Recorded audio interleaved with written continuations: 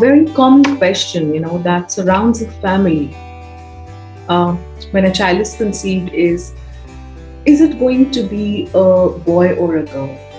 And then after the child is born, the child starts making sense of who he or she is by the age of 4 or 5. They want to wear different clothes, they pick up toys to play what they like to play with, they choose their friends all by themselves and all on the basis of what they actually feel comfortable with. But as they are growing up, we as parents try to expand their gender categories. In fact, try to influence by saying, boys don't wear dresses. How can you cry like a girl? You cannot be in the public place like your brother does. You need to use right words to establish your gender. What I know is that by the time the most kids are 6 and 7 year olds, they're conforming into the traditional gender roles. Girls are becoming more feminine and boys are becoming more masculine, and they're starting to conform their hairstyles, the way they dress, the toys they play with their peer groups to what society expects of them, you know, based on their gender identities. Now, my question is this because naturally boys and girls are different, or is this because our society has very strict expectations of how boys and girls should act?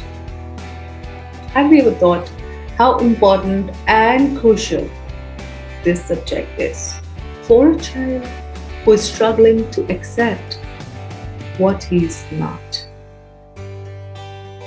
So, Dimple Chaudhary, a journalist, poet, writer, photographer, biker, LGBTQ activist, Dimple has seen many ups and downs in her both professional and personal life. With the thought of different but not wrong, she kept on facing every challenge in her own unique style. And due to his interest in writing, he got inclined towards journalism also. But on the very first step of his career, he got those life lessons, which made his spirits even stronger. So, if you want to know about Dimple right from the horse's mouth, be a part of this conversation that I'm going to initiate candidly with Dimple.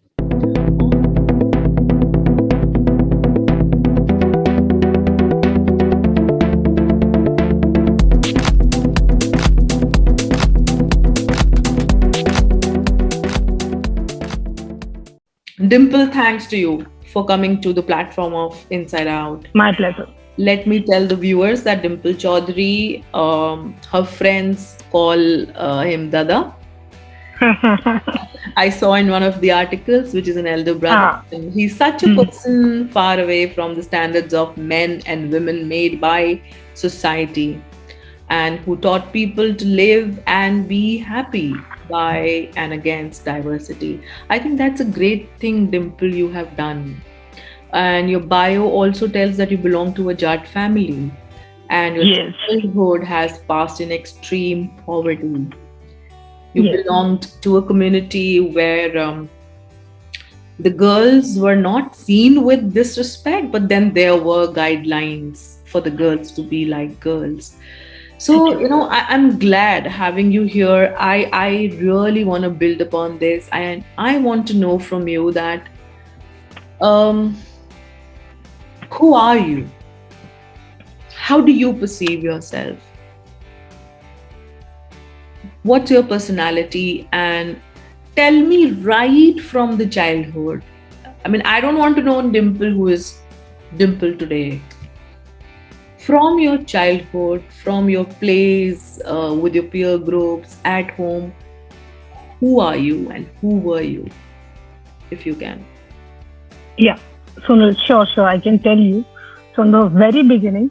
और जहाँ तक मैं बात करूँ तो अभी ये नया नहीं है because most of the people start with this thing only that who am I and Mm. how I started my journey or I started my life or in spite of being from a Jat family, how I grown up and stood this much strong. तो I'm not wonder anymore, क्योंकि इस सवाल के जवाब मैंने हजारों बार दिए हैं, लेकिन फिर भी बार बार ये जो हिम्मत आती है ना बताने की कि मैं कौन हूँ और आज मैं जहाँ हूँ वो क्या हूँ, तो एक जहन में सबसे पहला सवाल तो ये उठता है कि यकीन मानो तो आप अपनी आइडेंटिटी को लेकर अगर पहचाने जाते हैं तो ये बहुत बड़ी खुशी की बात नहीं है। आप अगर इसलिए पहचाने जाते हैं क्योंकि आपकी सेक्सुअलिटी अलग है, आप इसलिए पहचाने जाते हैं क्योंकि आपकी ओरिएंटेशन अलग है, क्योंकि आपकी पार्टनर चूज करने की चॉइस अलग है, तो ये खुशी की बात नहीं है। बिल्कुल। लेकिन फिर भी हम इस बात से इनकार नहीं कर सकते कि ये छोटी बात नहीं है। एक इंसान जब किसी को पसंद करता है और एक इंसान जब उसको किसी को चॉइस करने की बात आती है, तो हमारे देश में जहाँ पे जो पैट्रियार्कल कंट्री है, जहाँ पे एक लड़की को एक कोएड में पढ़ाने पर भी पाबंदियां लगाई जाती हैं, आज भी लगाई जाती हैं। हालांकि मुझे बहुत सारे सुनने वाले दोस्त ऐसे होंगे जो ये सोच रहे होंगे ये सुन के कि ये तो बहुत पुरानी बात है। लेट मी करेक्ट यू, ये पुरानी बात नहीं है।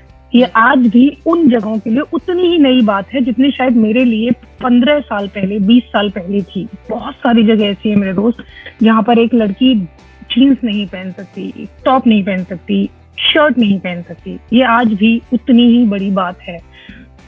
फर्क सिर्फ इतना है क्योंकि हम उन तक नहीं पहुंचे हैं जिनकी ये कहानी है, जिनकी ये डेली की स्टोरी है, जिनका ये स्ट्रगल है, हम उन तक नहीं पहुंचे, इसलिए हमें नहीं पता। लेकिन जब कभी आप एक छोटी सी किसी वीडियो क्लिप में सोशल मीडिया पे किसी छोटी स्टोरी में या फिर यूट्यूब के चैनल पे किसी गांव की या किसी छोटे से कस्बे की किसी लड़की की स्टोरी में देख लेते हैं, तब शायद आपको कहीं कौनता है कि यार अरे आज भी होता है ये। और उतना ही बड़ा सच ये है कि जब आप उसको देख लेते हैं तो उसके बाद भूल जाते हैं, तो इसलिए आपके जहन में ये नहीं रहता। तो मेरी भी जिंदगी ऐसी रही है। लेकिन सच मानिए सोनल, मेरे लिए ये बड़ी बात नहीं है। देखिए, अगर आपको आपकी आइडेंटिटी के लिए पहचाना जाए तो वो इतनी बड़ी बात नहीं होती। अब मैं यूट्यूब पे हूँ, बहुत सारे सोशल मीडिया प्लेटफॉर्म पे हूँ, तो मुझे अच्छे से पता है क्योंकि मैं भी एक इंसान हूँ और मैं अच्छे से ये जानता हूँ, ये महसूस कर सकता हूँ कि जब लोग मुझे सुनते होंगे और जो बड़े ओहदे पे होंगे वो सोचते होंगे यार इसमें क्या है, इसने ऐसा क्या किया है, कहाँ से ये इतनी फेमस है, क्यों है फेमस, इसकी सेक्सुअलिटी तो अलग है। तो ये बात मेरे जहन में भी आती है और इसीलिए मैं बार बार कहता हूँ कि अगर मुझे मेरी सेक्सुअलिटी की वजह से जाना जाए, अगर मुझे मेरी चॉइसेस की वजह से जाना जाए, तो ये कोई उपलब्धि नहीं है, ये कोई सक्सेस नहीं है। लेकिन ये एक मुद्दा है, ये एक बड़ी बात है, क्योंकि जब आपकी चॉइसेस पर रोक लगाई जाती है और आपको अपनी आइडेंटिटी छिपानी पड़ती है और आपको समाज को बताने में ये झिझक होती है कि आप क्या है, तो यकीन कीजिए एक इंसान की जिंदगी पे बन आने वाली बात होती है। ये आसान नहीं होता। अगर आप स्ट्रेट हैं, हेटेरोसेक्सुअल हैं, तो आपके लिए ये बहुत ही नॉर्मल बात है, क्योंकि यही तो होता आया है, यही तो जिंदगी है, यही तो एक दूसरे को पसंद करने की, फिर शादी करने की और फिर परिवार बढ़ाने की रस्मों रिवाज या संस्कृति होती है। तो आपके लिए नहीं। यस, लेकिन वो लोग जो इस चीज से रोज लड़ रहे हैं, स्ट्रगल कर रहे हैं, अपनी पहचान के लिए लड़ रहे हैं, तो ये बड़ी बात है। और आज जब मैं, चाहे सोनल वो आप हो, आप मेरे मुखातिब हैं, आप मुझसे बात कर रहे हैं, आप मेरा इंटरव्यू ले रहे हैं, और ये इंटरव्यू या फिर आप मुझसे मुखातिब हो रहे हैं, आप मेरे बारे में जान रहे हैं, तो उसका एक मुद्दा है, उसका एक उद्देश्य है कि ये जो मेरी बातचीत है, ये हजारों लाखों लोगों तक जाएगी, जिसमें कई लोग ऐसे होंगे जो मेरी तरह अलग चॉइस रखते हैं, राइट, जो मेरी तरह शायद किसी अलग जेंडर से प्यार करते हैं, और जिनकी मेरी तरह सेक्सुअलिटी अलग है। तो उनको कॉन्फिडेंस आता है, उनको जीने की एक नई उम्मीद मिलती है, क्योंकि वो अंदर ही अंदर घुटते हैं, जैसे मैं घुटा हूँ। हाँ, मैं घुटा हूँ।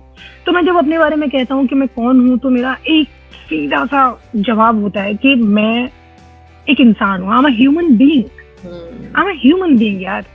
मुझे आप लड़का, लड़की, ट्रांस, टॉमबॉय और इन सारे डेफिनेशंस, इन बाइनरीज में मत गिनिए, मत काउंट कीजिए।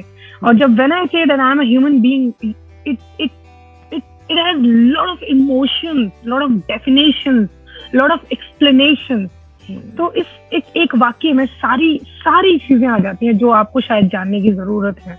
मैं छोटे अपने बचपन की बात करूं तो मैं एक जाट फैमिली से हूँ। हम 3 बहनें हैं, एक भाई है। मेरे फादर एक ट्रक ड्राइवर थे। उन्होंने अपनी जिंदगी के 35 साल पूरे हिंदुस्तान की सड़कों पर ट्रक चलाते हुए गुजारे हैं और अमिताभ बच्चन के गाने सुनते हुए गुजारे हैं। अगर आपको याद हो, बिल्कुल याद होगा, मैं तो आपसे बहुत सुना हूँ।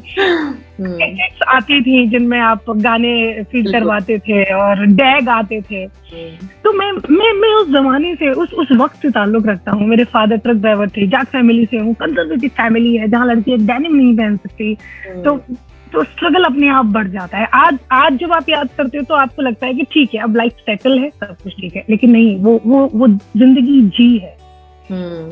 और वो ऐसे जी है कि अब जाके हम जब संतुष्ट हो पाए हैं तो उसके पीछे घाव है, उसके पीछे मरहम भी है, एक कहानी भी है। मैं वही बीच में बोलने वाली थी कि आज जो आप हो, ये जैकेट आपने पहना है, you sitting with the confidence, I am sure ये शुरू से ऐसा नहीं होगा। There would have been episode in time जब ये आपके लिए बहुत बड़ी स्ट्रगल रही होगी। कपड़े तो बहुत दूर की बात है, to actually realize कि okay, मैं कुछ different feel, I'm feeling different, I'm not feeling like others।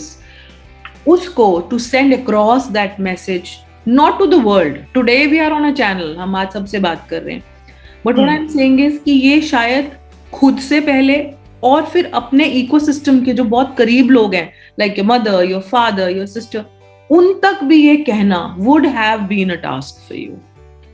वो अपने आप में different. So I want to know, जब आप ये कहते हैं कि आपने खुद को फील किया होगा कि कुछ तो अलग है, तो मैं इसमें एक बहुत बड़ी लाइन कहना चाहता हूँ सोनल, कि मैंने ये फील नहीं किया कि मुझ में कुछ अलग है। आप इसको फील करने की कोशिश कीजिए कि मैं क्या कह रहा हूँ। मैंने ये फील नहीं किया कि मुझ में कुछ अलग है। सही मायने में बताऊं तो मुझे ये पता चला कि अच्छा, स्ट्रेट लोग भी होते हैं, just feel the difference. Exactly. This is the point, because that's how you are feeling about you. That's who you are. Absolutely. Because I was just living my life. I was just living my emotions. I was just living my feelings.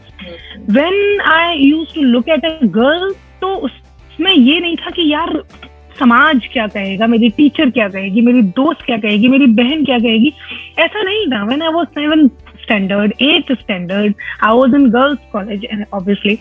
तो तभी से ये सब था, and मुझे वहां से वैसा ही रिस्पॉन्स मिला। और उस वक्त में आप ये तय नहीं करते कि कि जेंडर में डिवाइड होके आपको अपनी फीलिंग्स को बयान करना है, जेंडर में डिवाइड होके आपको एक्सप्रेस करना है किसी के सामने, नहीं। तो जब ये बातें होने लगी, जब when I got to know कि यार, जब लड़कियां बात कर रही थी, यार पता है आज हम स्कूल से घर जा रहे थे तो वो लड़का मिला था और वो ऐसे देख रहा था और उसने ना चुपचाप मेरे कोट में लेटर रख दिया। वो पल ऐसा पल था सोनल, जब मैंने सोचा कि एक मिनट, लड़के भी होते हैं, मतलब ये इस स्टोरी में लड़के भी होते हैं। So this is the thing, feel the difference. I never knew that I was different. I got to know कि अच्छा, एक मिनट यार, ये लड़कों और लड़कियों वाली कहानी भी होती है। तो this is the society who taught me कि यहाँ तुम्हारे अंदर कुछ अलग है, तुम्हारे अंदर कुछ गलत है। This was the society only. I was not born with the differences.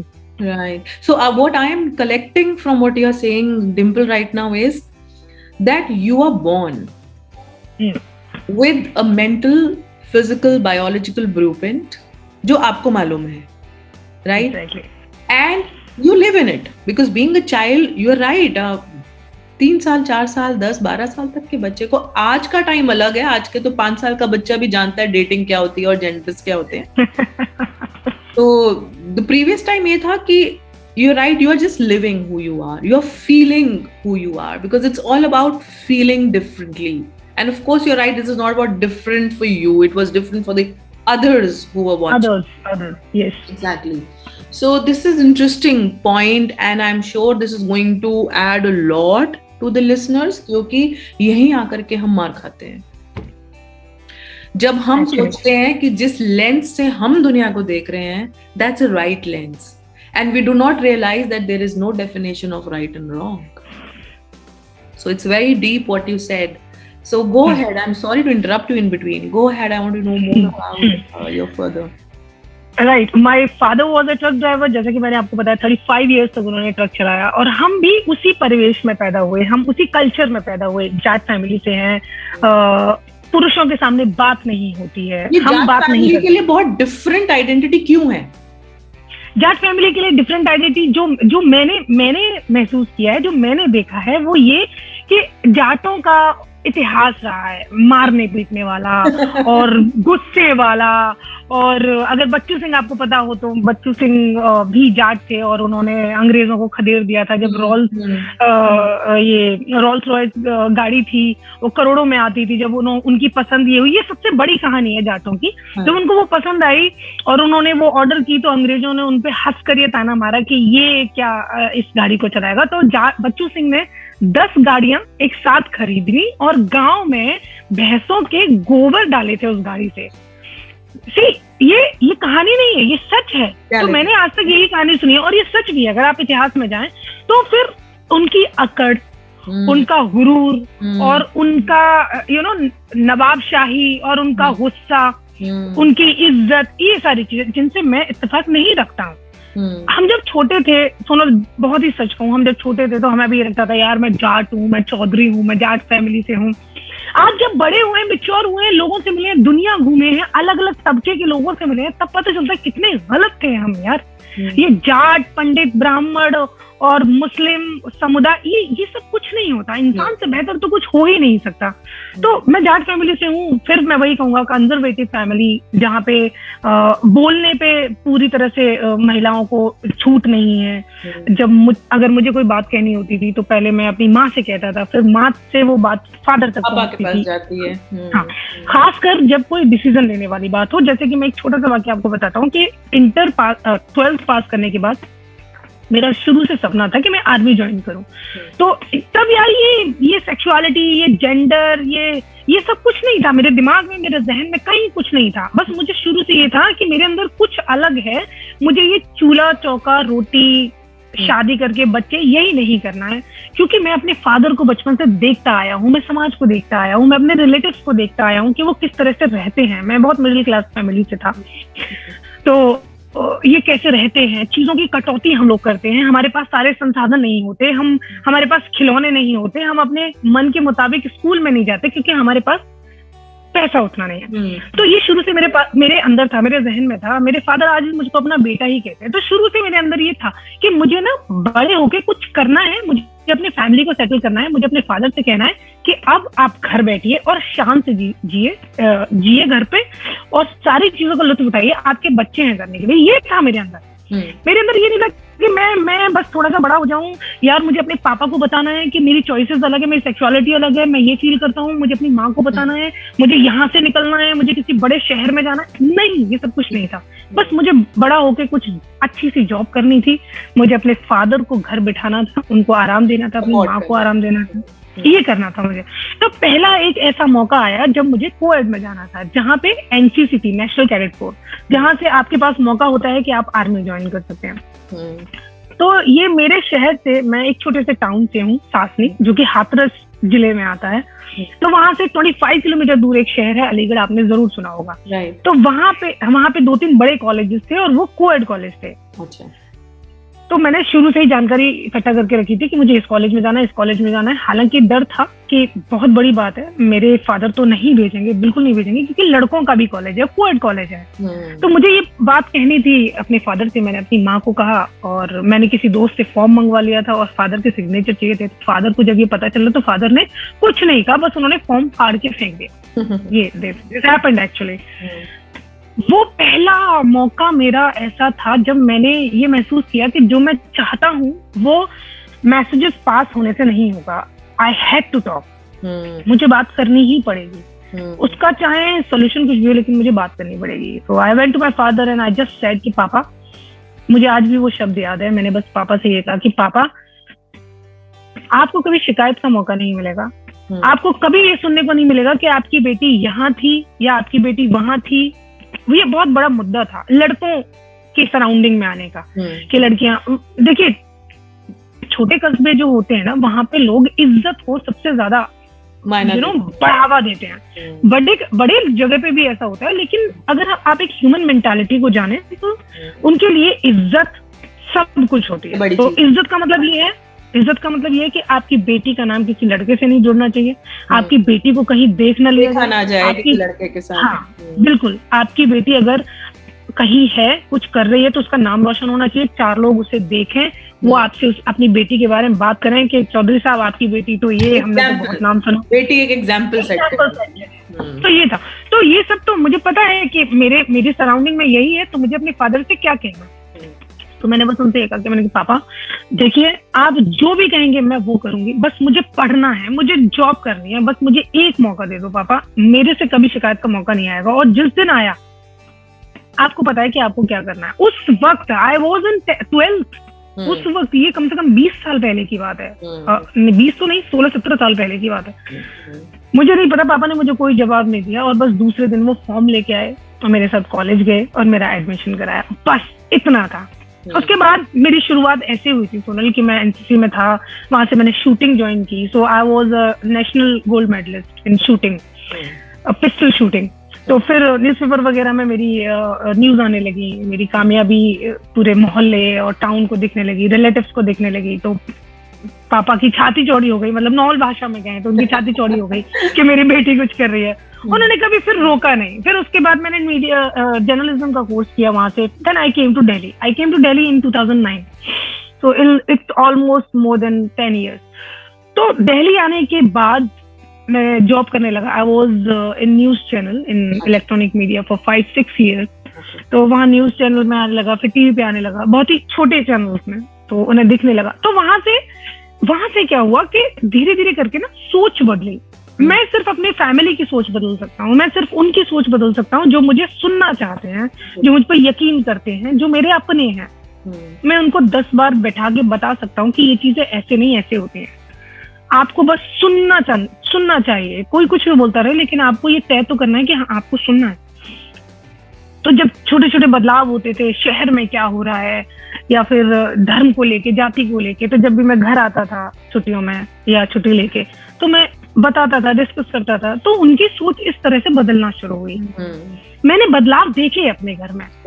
अगर उनका बड़ा बच्चा कुछ कह रहा है तो वो उनके लिए मायने रखता है। मैंने बदलाव देखे अपने घर में। फिर उसके बाद, और तभी मैंने अपने हेयर शॉर्ट्स कराए थे। जब मैं दिल्ली आया था 2009 में, पहले मेरे लंबे बाल थे। मैं I used to wear suit and salwar with dupatta obviously. तो धीरे धीरे करके फिर मैंने डेनिम पहनना शुरू किया। मैंने बाल छोटे कराए। फादर बहुत नाराज हुए थे, उन्होंने मुझसे 1 हफ्ते बात नहीं की थी। हाँ, उन्होंने मुझसे बात नहीं की थी। वो ट्रक चलाते थे। और इसका भी एक छोटा सा कहानी है कि जब उन्होंने मुझसे बात नहीं की तो ये मुझे बहुत लगता था, मुझे फील होता था कि मेरा पिता मुझसे बात नहीं कर रहा है, मेरे परिवार का मुखिया मुझसे बात नहीं कर रहा है, मैं क्या करूं। तब फिर मैंने दूसरा चांस लिया और उनको सच एक टेक्स्ट मैसेज किया। अगर आपको याद हो तो नोकिया के फोन चलते थे, रिलायंस के, छोटे छोटे।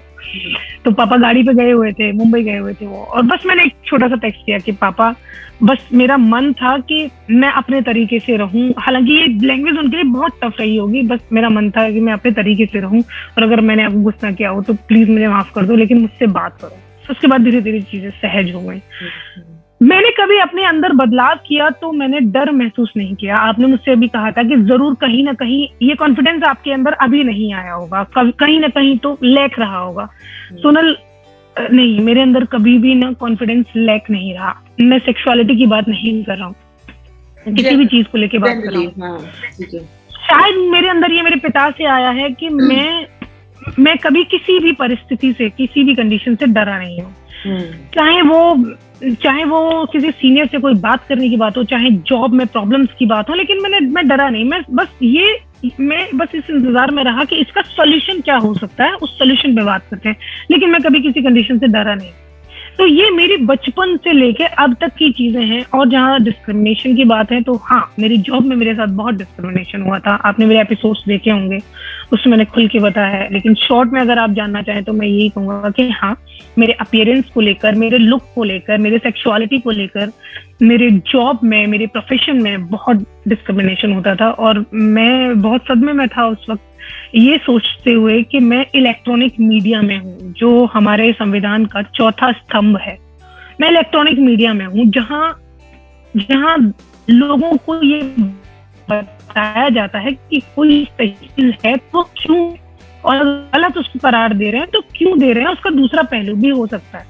यहाँ ऐसी जगह पे मुझे मेरे सेक्सुअलिटी के लिए डिस्क्रिमिनेट किया जा रहा है। 5 साल में लड़ा, संघर्ष किया, उसके बाद मैंने ये तय किया कि नहीं, मैं अकेला कुछ नहीं कर सकता और ना ही मैं बदल सकता। मुझे कुछ बदलने के लिए या अपने आप में कॉन्फिडेंस लाने के लिए या उस कॉन्फिडेंस को और डेवलप करने के लिए मुझे ये जगह छोड़नी पड़ेगी और लोगों के बीच जाके बात करनी होगी, उनके बीच जाके मुझे एक्सपीरियंस करना होगा ताकि मैं दूसरों की मदद कर सकूं। तो वो दौर मेरा डिप्रेशन का बहुत ज्यादा है। इसका मतलब ये हुआ कि when you were in your job 5 साल, जो भी ट्रांजिशन रही, जो भी काम रहा, was that so difficult for you कि आपको वो छोड़ के ये डिसाइड करना पड़ा कि I have to be with the people and I have to bring this to notice of people? Was that difficult? हाँ, ये बहुत ज्यादा डिफिकल्ट था। What are these years like? ये ईयर थे, मैं 2009 में आई केम टू दिल्ली और तब मैंने ये इलेक्ट्रॉनिक मीडिया ज्वाइन किया था। 2009 में मैं इंटर्न था 5 महीने 6 महीने एक चैनल में। तो शुरुआत यहाँ से धीरे धीरे हुई। आपको किसी के एक्सप्रेशन से, बिहेवियर से पता चल जाता है कि अगर उनका बिहेवियर आपके लिए ऐसा है तो बिना वजह क्यों है, उसकी वजह क्या है।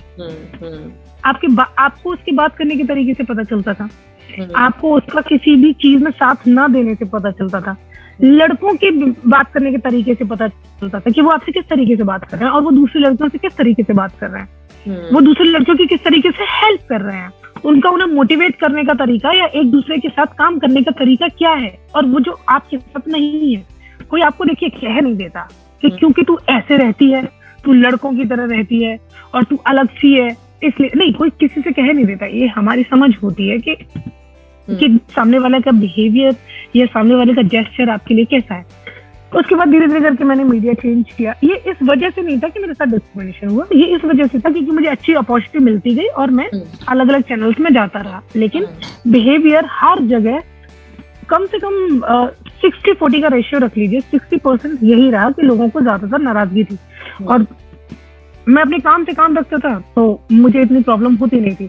लेकिन फाइनली लास्ट में जब मैं एक बहुत अच्छी जगह पहुंचा, मैं नाम नहीं लूंगा चैनल का, जब मैं एक बहुत अच्छी जगह पहुंचा, मुझे सैलरी भी अच्छी मिलती थी, मेरी जॉब प्रोफाइल अच्छी थी, वहां पे 8 घंटे जॉब जहाँ सब जगह होती है, वहां धीरे धीरे करके क्या होने लगा कि मुझे ये समझ में आने लगा कि यहाँ पे सिर्फ आपका टैलेंट, आपका कॉन्फिडेंस, आपके काम करने का तरीका जरूरी नहीं है। यहाँ पे आपका अपीयरेंस, आपकी सेक्सुअलिटी, आपकी चॉइसेस, ये भी बहुत मायने रखती है कि सामने वाला आपसे कैसे बिहेव करता है।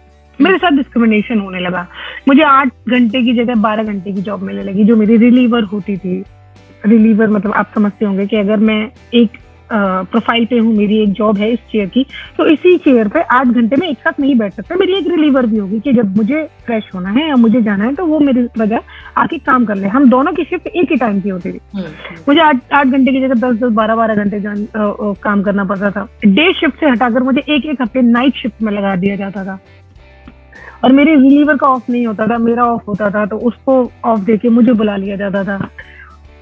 मेरा प्रमोशन रोक दिया जाता था। मेरी सैलरीज में प्रॉब्लम आती थी कि अगर मैं इस दिन नहीं आई हूँ तो मेरा सीनियर जाके आगे जो रिपोर्ट देता था, फिर मुझे मैनेजिंग डायरेक्टर बुलाया करते थे, मुझे मेरी फिर रिपोर्ट लिख जाती थी, फिर मैं उन्हें अलग अलग एक्सक्यूज देता था, फिर मेल्स लिखी जाती थी। ये चीजें बहुत तंग करती थी, बहुत परेशान करती थी और मैं बस वजह ढूंढता रहता था कि मेरी तरफ से कमी कहाँ हुई है, मेरे काम में कमी कहाँ हुई है।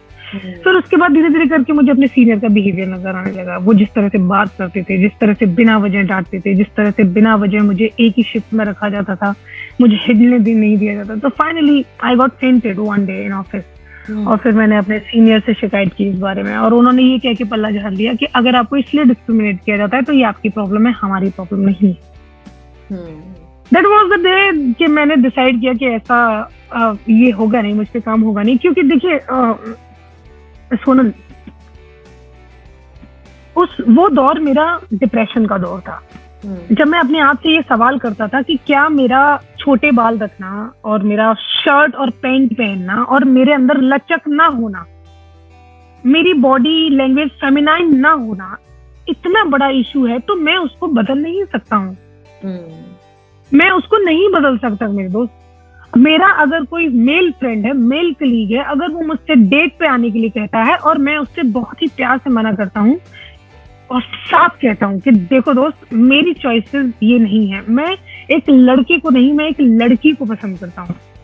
क्या मेरा ये कहना इतना गलत है कि वो मुझसे हफ्ते भर बात नहीं करता और मेरे सीनियर से जाके मेरी ऐसी कंप्लेन करता है जो मैंने कहीं भी नहीं, मेरी शिफ्ट में प्रॉब्लम होती है, मेरी सैलरी में प्रॉब्लम होती है। ये चीजें मुझे इतना डिप्रेशन में ला रही थी कि मैं फेंट हो गया था ऑफिस में। उसके बाद मैं बात नहीं करता था, एक चेयर पे बैठ के मैं घंटों, मुझे अपने आप से ये सवाल करना पड़ता था कि आखिर इसको कैसे सॉल्व किया जाए। मुझे जॉब भी करनी है, बिना जॉब के कुछ नहीं होगा, मुझे मंथली सैलरी भी चाहिए, मुझे इनकम चाहिए, उसके बिना कुछ नहीं होगा। लेकिन मैं कहाँ कॉम्प्रोमाइज करूं? क्या मैं सूट पहनूं, क्या मैं साड़ी पहनूं, क्या मैं झुमके लटकाऊं, क्या मैं नजाकत से बात करूं, क्या मैं लड़कों के साथ दोस्ती करूं? देखिए, ये बहुत मैं जनरल बातें कह रहा हूँ, बहुत जनरल बातें। और जनरल बातें इसलिए ताकि जो लोग मुझे सुन रहे हैं उन्हें समझ में आनी चाहिए, और जनरल बातें और सिंपल बातें समझ में आती है। मैं और टिपिकल बातें भी कर सकता हूँ, लेकिन वो समझ में नहीं आएंगी मेरे दोस्त। मुझे बहुत ही सिंपल बातें करनी है जो समझ में आती हैं। तो क्या मैं एक लड़के से दोस्ती करूं, उनके साथ डेट करूं, उनके साथ मैं रोमांस करूं, तब जाके उन्हें लगेगा कि नहीं, मैं उनके काम आ सकता हूँ, या फिर मैं एक सही कुलीग बनने के लायक हूँ, या मैं सही एक प्रोफेशन में आने लायक हूँ। मैं तो ये नहीं कर सकता, क्योंकि मैं इसे अपनी पहचान से नहीं जोड़ूंगा। मैं यही तो हूँ जो हूँ, मैं इसको कैसे बदलूं? तो ये चीजें इतनी थी कि फाइनली मैंने उस दिन डिसीजन लिया कि मैं अब जॉब नहीं करूंगा, मुझे यहाँ से क्विट करना। और कुछ क्या, 1-2 साल मैंने बहुत कुछ ऐसा ढूंढा जो मैं अपने आप कर सकूं। वो नहीं हो पाएगा, क्योंकि इतनी इजी चीजें नहीं होती। जब आप एक ही प्रोफेशन में अपनी 6-7 साल 8 साल झोंक देते हो, तो इतनी जल्दी चेंज करना या स्विच करना पॉसिबल नहीं होता। फोटोग्राफी का मुझे शौक था, तो आई बॉट अ कैमरा। फिर जो भी फोटोज वगैरह जो मैं इतने सालों से खींचता आता था, वो इधर उधर सोशल मीडिया पे डालता था। फिर एक दोस्त ने मुझे बताया कि मेरे फोटोज उसने एम्स्टर्डम के द वर्ल्ड ट्रेड सेंटर में एक एग्जीबिशन लगी थी, वहां का इनविटेशन आया था, तो वहां भेजे थे। फिर वहां से मुझे एक बहुत अच्छी अपॉर्चुनिटी आई, वहां पे मेरी एग्जीबिशन लगी। 5 डेज की ट्रिप उन्होंने मुझे स्पॉन्सर की, so I went there and बहुत अच्छी सेल भी हुई। फिर उसके बाद अलग अलग देशों में और फिर दिल्ली शहर में भी कई बार लग चुकी है। So that's how I started my journey. So it's like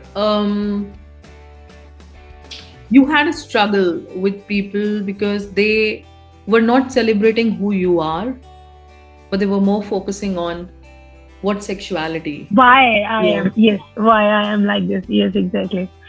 That was the issue, and that's a great thing that you picked up.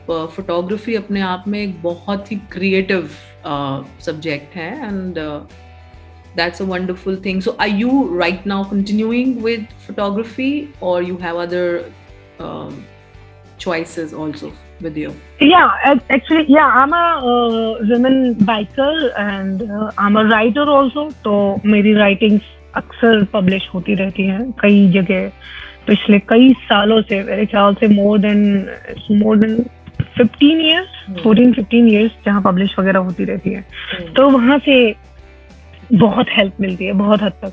Photography हाँ, अलग अलग जगह पे पब्लिश होती रहती हैं, और कहीं आपके कॉम्पिटिशन्स वगैरह होते हैं, तो वहाँ आई पार्टिसिपेट। एंड जो पार्टिसिपेट के बाद जो भी आपके प्राइज वगैरह रखे जाते हैं, तो उसमें कहीं ना कहीं आपका नॉमिनेशन होता है, वहाँ कहीं ना कहीं एंट्री होती है।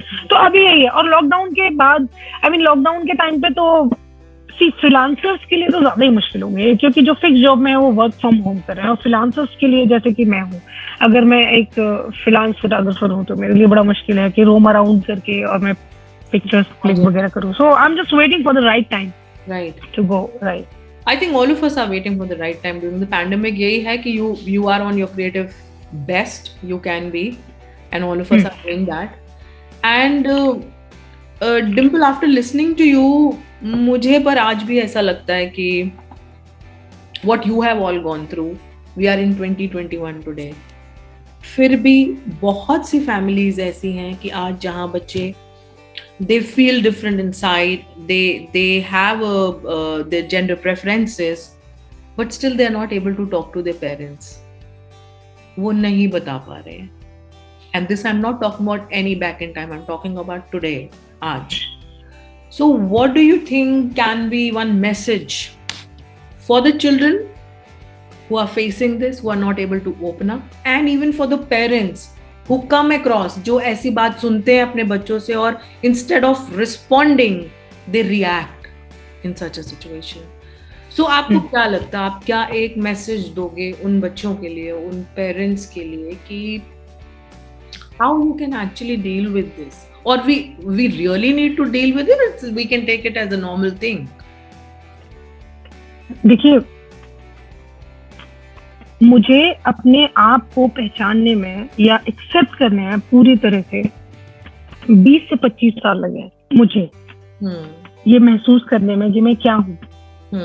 मुझे पता था, लेकिन आज की बात कर रहा हूँ, आज मैं स्ट्रांगली स्टैंड करता हूँ कि मुझे फर्क नहीं पड़ता इस चीज से कि सामने वाला जब मुझे देखेगा या मेरे बारे में जानेगा या मेरे बारे में सुनेगा तो मुझे फर्क पड़ेगा, मुझे फर्क नहीं पड़ेगा. और ये इंस्टेंट वाली चीज नहीं है, मुझे भी वक्त लगा क्योंकि मैंने स्ट्रगल किया, मैंने इत्मीनान रखा, मैंने अपने आप पे भरोसा रखा. तो एक पेरेंट के लिए ये कैसे मुनासिब होगा, ये कैसे मुमकिन होगा कि उनको उनका बच्चा जब बताएगा तो इसको एकदम से नॉर्मल बिहेवियर में शामिल कर लेंगे, सहज रूप से ले लेंगे. तो सबसे पहले तो उन सारे बच्चों के लिए और उन सारे लोगों के लिए भी एक बात हमेशा याद रखिएगा, मैं सुनने वालों से बोल रहा हूँ, अपने दोस्तों से, कि आपके कोई एक वक्त मुकर्रर नहीं होता.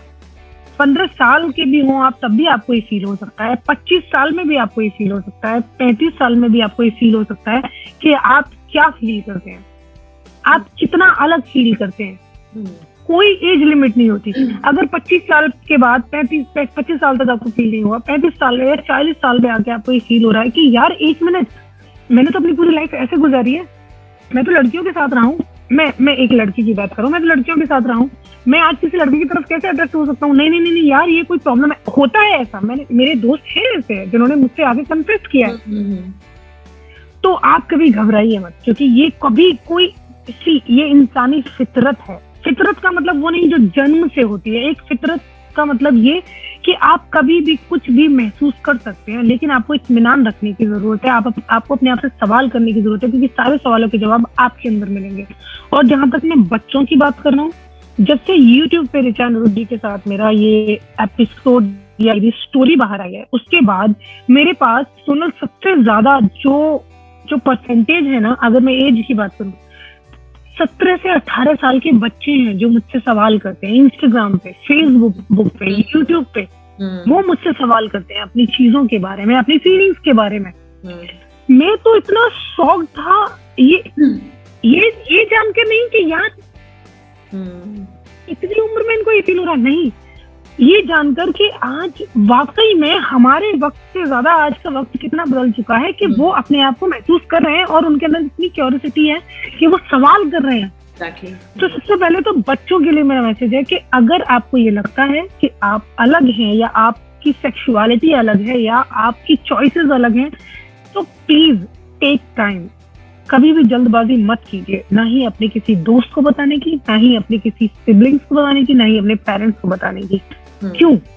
उसके कई रीजन है. देखिए, जब भी हम सुनते हैं कि पेरेंट्स ने डिस्कार्ड कर दिया या फिर दोस्तों ने बोलना बंद कर दिया या फिर ऑफिस में कलीग्स ने बात करना बंद कर दिया, ये जानने के बाद उसका सबसे बड़ा रीजन ये होता है कि आप कॉन्फिडेंट नहीं होते, आप स्ट्रांग नहीं होते. तब तक आप उसके कॉन्सिक्वेंसेस पर कभी नजर ही नहीं डालते.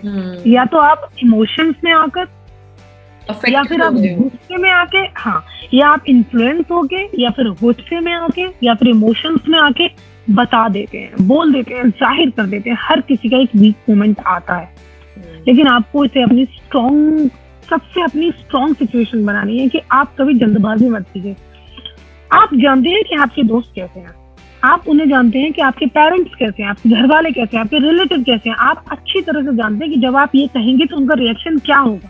तो सबसे पहले टाइम लीजिए। इसमें 2 चीजें मुझे कहनी है। पहले देखिए, हमें अपने आप को जानने में इतना वक्त लग जाता है, तो आप ये कैसे एक्सपेक्ट कर सकते हैं कि आपके दोस्त या आपके रिलेटिव या आपके पेरेंट्स इंस्टेंटली आपको एक्सेप्ट कर लेंगे, एक्सेप्टेंस है, या आपको झपी पालेंगे कि बेटा कोई बात नहीं, जैसा भी है तू मेरा बच्चा है। और ऐसा होता भी है, हाँ बिल्कुल होता है, लेकिन ज्यादातर ऐसा नहीं होता, क्योंकि हम, हमारे पेरेंट्स, हमारे रिलेटिव्स, हम सब यही तो देखते आए हैं कि देखिए, एक लड़के का संबंध एक लड़की के साथ होता है, एक लड़की का संबंध एक लड़के के साथ होता है। हमें यही तो बताया गया है, हमें यही पढ़ाया गया है। हम जब अपने सिलेबस में स्टोरीज भी सुनते हैं तो राजा और राजकुमारी की स्टोरीज होती हैं, सिंड्रेला की स्टोरी होती है, प्रिंस चार्मिंग की स्टोरी होती है। कहीं आपने प्रिंस और प्रिंस की स्टोरी देखी है? क्वीन और क्वीन की स्टोरी देखी है या सुनी है या पढ़ी है? नहीं। In fact when a lady conceives a child, तो सबसे पहला क्वेश्चन होता है सोनोग्राफी में, लड़का है कि लड़की है, लड़का है कि लड़की है। एग्जैक्टली।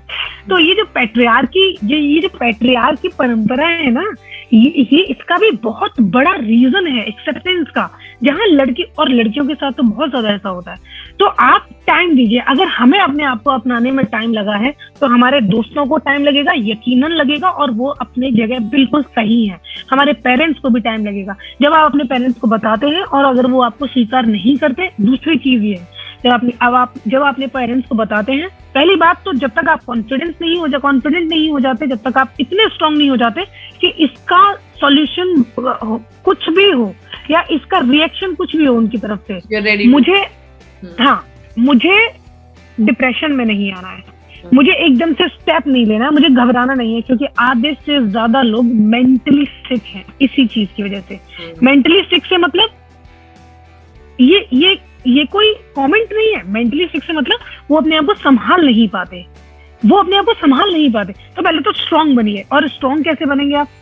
थोड़ा सा वक्त लीजिए। देखिए, 17 और 18 साल की उम्र में या 20 साल की उम्र में आप फाइनेंशियली स्ट्रांग नहीं होते हैं, इमोशनली आप स्ट्रांग नहीं होते हैं, और उसका सबसे पहला सोल्यूशन ये है कि आप पहले फाइनेंशियली स्ट्रांग होइए। आप एक अच्छी सी जॉब देखिए या फिर अपने आप को अपने पैरों पे खड़ा कीजिए।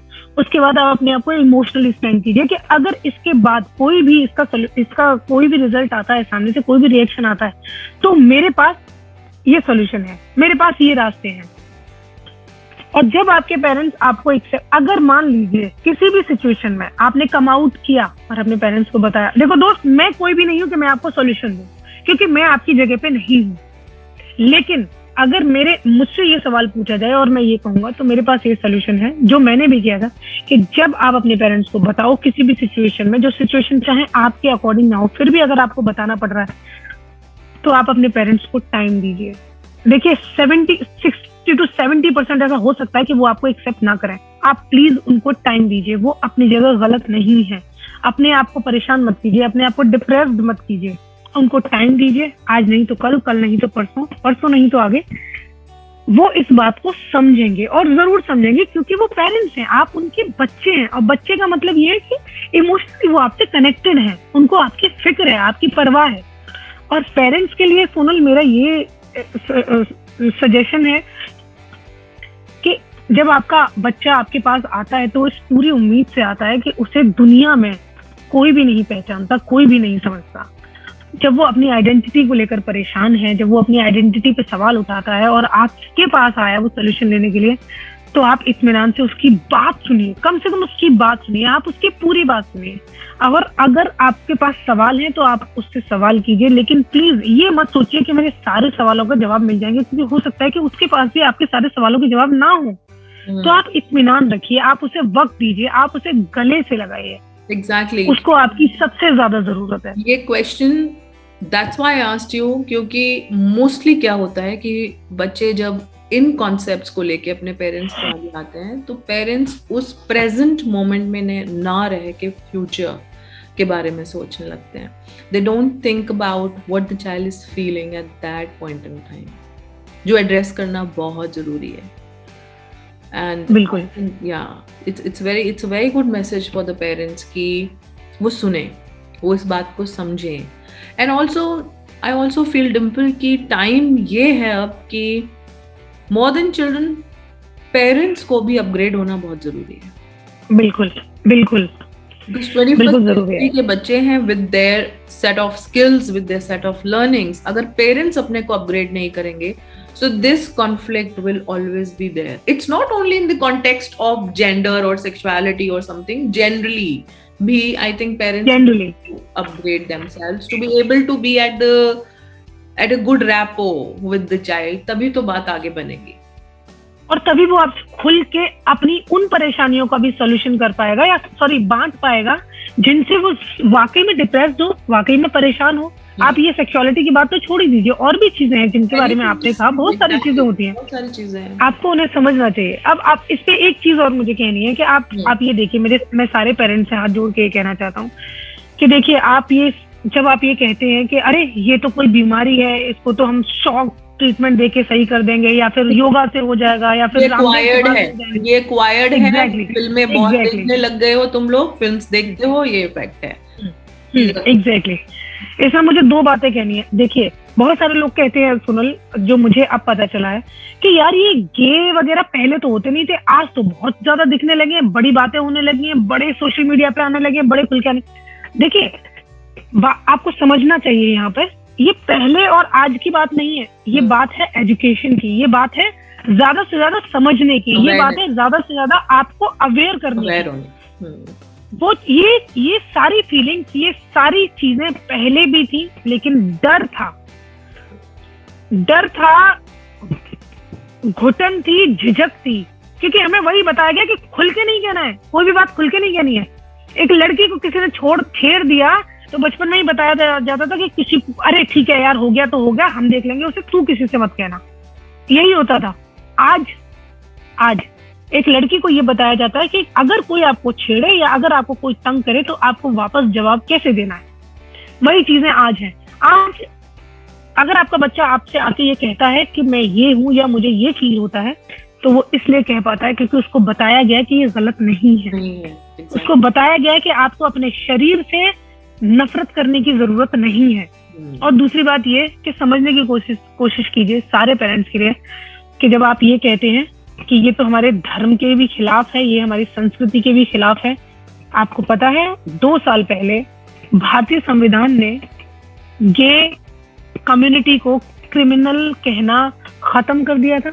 अपने कानून में एक धारा जो 377 थी, उस पर सवाल उठा के गे समुदाय को क्रिमिनल कहने पे बिल्कुल एतराज जताया है। तो आप खुद सोचिए कि जब भारतीय संविधान में इतना बड़ा कदम उठाया गया है कि उसको क्रिमिनल अब नहीं रहने दिया, तो हम इस बात को क्यों नहीं समझ पा रहे हैं कि हमारा बच्चा आके हमसे जब ये कहता है तो हम उसको क्रिमिनल कैसे साबित कर सकते हैं, कैसे दोषी करार दे सकते हैं। आपको उसे समझने की जरूरत है। जो आपका अपना है, जो सारी दुनिया से छिपके सिर्फ आपकी बाहों में आके सुकून पा रहा है और आपसे वो कह पा रहा है, जिससे वो लड़ रहा है, तो आप कैसे उसको अपना नहीं सकते। खैर, लेकिन आप भी टाइम लीजिए, लेकिन आप उसकी बात सुनिए, उसको नकारिए मत, क्योंकि उसके नतीजे बहुत बुरे हो सकते हैं। आपको नहीं पता कि आपका बच्चा क्या कर ले, और हुआ भी है सोनल, होता है ऐसा। I know. Yeah, there are many things that have happened. I never wanted to bring them to this platform, but इसके जो effects on children are like they're not so good. If they are dealt nicely, that's the way to go. And I think सबसे बड़ी बात है, जब बच्चे को जन्म दिया जाता है तो उस पॉइंट इन टाइम जब बच्चा पैदा होता है, कोई पेरेंट ये नहीं सोचता कि इसकी सेक्सुअलिटी क्या होगी, क्या जेंडर होने वाला है, ये कौन से फ्रेंड्स बनाएगा, ये कैसे रहेगा, कहाँ जाएगा। You don't even think, you're in that moment of that, that beautiful moment of holding a child in hand and the love of a parent, and then why are we forgetting on the way? जैसे जैसे बच्चे बड़े होते हैं, दुनिया में जाते हैं, हम लोग वो इकोसिस्टम और सोशल बीइंग्स हैं, बहुत कनेक्टेड हैं, लोग क्या कहेंगे एंड ऑल दैट स्टफ, उसमें चलते चले जाते हैं, और वो जो बॉन्ड डे 1 वाला होता है वो कम होता चला जाता है। Exactly. I think this is the point, and I really loved talking to you, Dimple. Say whatever you want to say in the end note. Though we have... मुझे ये कहना है, मुझे ये एक इम्पोर्टेंट बात तो ये कहनी है सुनल। देखिए, जब बात बहुत सारी होती है, किसी भी मुद्दे को लेकर, किसी भी टॉपिक को लेकर बहुत सारी बातें होती हैं, सोशल मीडिया पे लाइव भी होते हैं, लेकिन उसे कहने के बाद और जो हमारे फैन होते हैं, जो हमारे दोस्त होते हैं, जो हमारे व्यूवर्स होते हैं, उसे सुनने के बाद वो भूल जाते हैं। वो फिर उस चैप्टर को वहीं खत्म कर देते हैं। लेकिन जब उनकी निजी जिंदगी में ऐसा होता है, उनकी जातीय जिंदगी में होता है, उनका कोई क्लोज फ्रेंड जब उनसे उस मुद्दे के बारे में बात करता है, या उनकी फैमिली में कोई पर्सन उस मुद्दे के बारे में बात करता है, तब उन्हें परेशानी होती है, तब वो इस बारे में सोचते हैं। तो मुझे ये कहना है कि आप तब मत सोचिए जब आपकी जातीय जिंदगी में ऐसा कुछ होने वाला हो। अगर आपको ऐसा कहीं छोटी सी वीडियो भी दिखाई देती है, आपको अगर कहीं से कोई मैसेजेस भी आते हैं, तो आप उनकी हंसी मत उड़ाइए, आप उनका मजाक मत बनाइए, आप उनको समझने की कोशिश कीजिए। क्योंकि अगर आप इंसान हैं, अगर आपके अंदर फीलिंग्स हैं, इमोशंस हैं, तो सिर्फ वो अपने परिवार तक सीमित नहीं होने चाहिए। आपको कोई हक नहीं बनता कि आप किसी पर इस तरह की टिप्पणी करें कि किसी को उसके मोटापे की वजह से आप जानते हो, किसी के रंग की वजह से जानते हो, किसी की हाइट की वजह से जानते हो, या किसी की सेक्सुअलिटी की वजह से जानते हो, और आप उसको नए नए नाम देके बुलाते हो या किसी से इंट्रोड्यूस कराते हो। हर कोई इंसान है। आपको बस एक बार, अगर आपको कुछ समझ में नहीं आता है तो ये आपकी गलती नहीं है, ये मैंने पहले भी कहा है, क्योंकि हमें यही पढ़ाया गया है, यही बताया गया है। हम भी ऐसे थे, मैं भी कभी ऐसा था सुनील, और आज मुझे अपने आप पे शर्म आती है। देखिए, मैं इंसान हूँ, मुझे जो पढ़ाया गया, जो बताया गया, मैं वैसे ही बड़ा होऊंगा, मैं वैसे ही चीजों को लूंगा, मेरे रिएक्शंस वैसे ही होंगे। लेकिन क्योंकि जब आप पढ़ते हैं, आप एजुकेटेड होते हैं, आप अवेयर होते हैं, जब आप किताबें पढ़ते हैं, जब आप दुनिया घूमते हैं, जब आप कविताएं पढ़ते हैं, तो आपके मुंह से जब वाह निकलती है ना, तो वो वाह जब आपके मुंह से निकले, तो सोचो उस लिखने वाले ने कितना कुछ देखा होगा, महसूस किया होगा, कितना कुछ देखा होगा, महसूस किया होगा, उसने वो पल जिया होगा। तो सिर्फ आप उस लेखक को मत देखिए, आप उस इंसान को देखिए जो कुछ जीता है, कुछ महसूस करता है, जो कुछ बताना चाहता है, जो रोता है। तो मुझे ये कहना है कि जब मैं ऐसे प्लेटफॉर्म पे आता हूँ, तो उसमें सबसे बड़ा हाथ आपका होता है सुनील, और आप जैसे बहुत सारे होस्ट का होता है, जो मुझे इस प्लेटफॉर्म पे लेके आए, जहाँ से मैं 1000 और लोगों के पास पहुंचूंगा। तो मेरे सुनने वालों के लिए मैसेज है कि देखिए, एक इंसान को सिर्फ इन तरह गले लगा सकते, आप उसका हाथ पकड़िए। अगर आपके अंदर सवाल है तो आप उससे पूछिए, आप अपने सवालों को पूछिए, और जब वो जवाब दे तो आप सुनने की कुव्वत रखिए। प्यार से बेहतर इस दुनिया में कोई भी चीज नहीं है, कोई भी चीज नहीं है। वो प्यार किसी से भी हो सकता है, आपको अपनी माँ से हो सकता है, आपको अपने दोस्त से, अपनी प्रेमिका से, अपनी पत्नी से, अपने टीचर से। और फिर इसमें आप चॉइसेस को कैसे नकार सकते, जैसे आपकी चॉइस कुछ और है, वैसे ही सामने वाले की चॉइस कुछ और हो सकती है। तो आप इंसान के नजरिए से देखिए।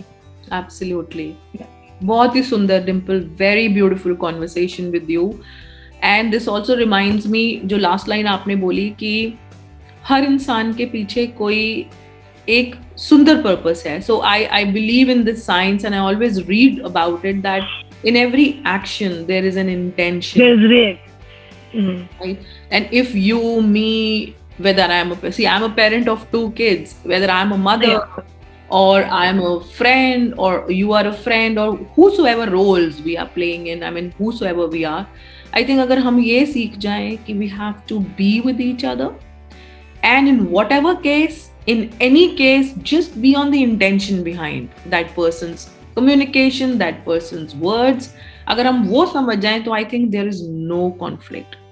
So be it then gender, be it then body shaming, like you said, that किसी को भी using such words and body shaming and calling upon names, I think that's not being civilized. We have to more look towards a human and the intention and the soft heart inside, nothing else. And I think that's the only thing. And this is how we also connected, you know. Look at the way we connected. Who knows? Actually, I didn't know who Dimple is. Dimple didn't know who Sonal is or what Inside Out is. This is all the connections that you form as humans, forgetting everything. So that's so beautiful, Dimple. I really love talking to you. And looking forward for more such conversations. Sure, sure. I'll be there. And thank you so much. Thank you so much, Sonal. Pleasure, मुझे यहाँ लाने के लिए. my pleasure talking to you, and my pleasure knowing you more. And I have always believed there are always a learning from each other. So I am taking back a lot of points from you that you've spoken, and we will be forwarding it to our community. Yeah, sure. Thank you. Sure. Thank I'll always be there. Good night. Bye-bye. Take care. Bye. Bye-bye. You too. Bye-bye.